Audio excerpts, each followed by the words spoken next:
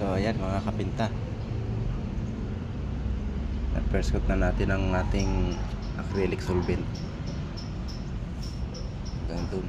Pero bago natin first coat ng acrylic solvent yan, pinahiram muna natin ng fireplace mantle para lalo siyang mas matibay.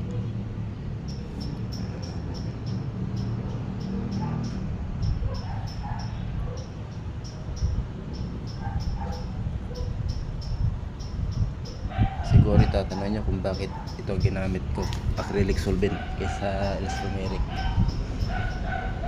waterproofing. Lagi kasi ng pagkakaiba ng ng acrylic solvent sa ng elastomeric. Ang acrylic solvent kaya niyang labanan yung pagmumuis ng mga pader natin,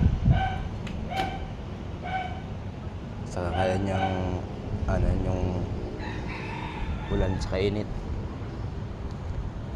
Ito yung mga hairline cracks, madali niyang takpan. Kahit medyo mahal siya sa elastomeric, mas tipid naman siyang ipahid.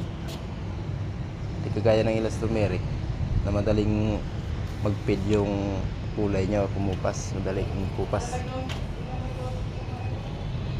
Saka hindi masyadong malapad yung napapahiran. Hindi katulad nitong acrylic solvent, kahit medyo mahal ang price niya, tipid naman siya pag pinahid mo. Marami kang mapapahiran.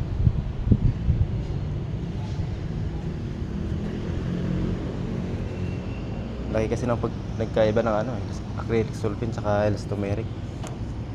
Mas matibay ang acrylic solvent, kaya ito ang ginagamit ko lalo na sa mga ganitong exterior. Itong may re-recommend ako sa inyong gamitin nyo lalo na sa mga ganitong bakod.